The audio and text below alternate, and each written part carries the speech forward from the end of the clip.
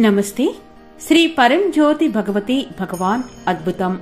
ఇది మంగళూరుకి చెందిన రాధికా డి కుంటకర్ గారి అద్భుతం. నా సోదరి స్నేహితురాలు తన బిడ్డ ప్రసవం కోసం మంగళూరులో ఉంది. పిండం గుండెలో కొన్ని సమస్యలు ఉన్నాయని వైద్యులు తెలిపారు. నా సోదరి నన్ను వారిని సందర్శించి వారి కోసం ప్రార్థించమని కోరింది. నేను ఆసుపత్రిలో ఈ మహిళను సందర్శించే సమయానికి ఆమె తన బిడ్డను ప్రసవించింది మరియు శిశువు ఆరోగ్య నివేదికలో అసాధారణత ఉంది.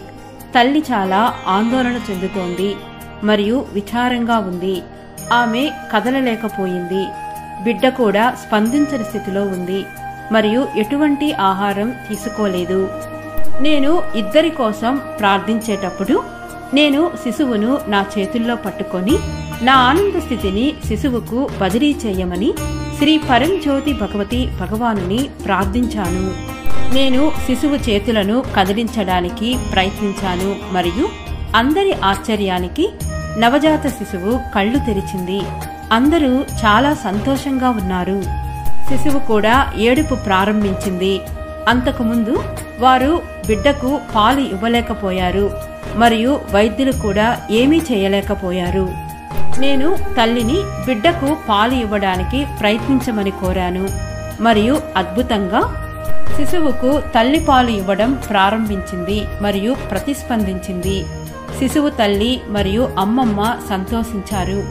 నివేదికలు వచ్చినప్పుడు బిడ్డకు గుండె సమస్యలు లేవని మరియు ఆరోగ్యంగా ఉన్నారని డాక్టర్ తెలిపారు.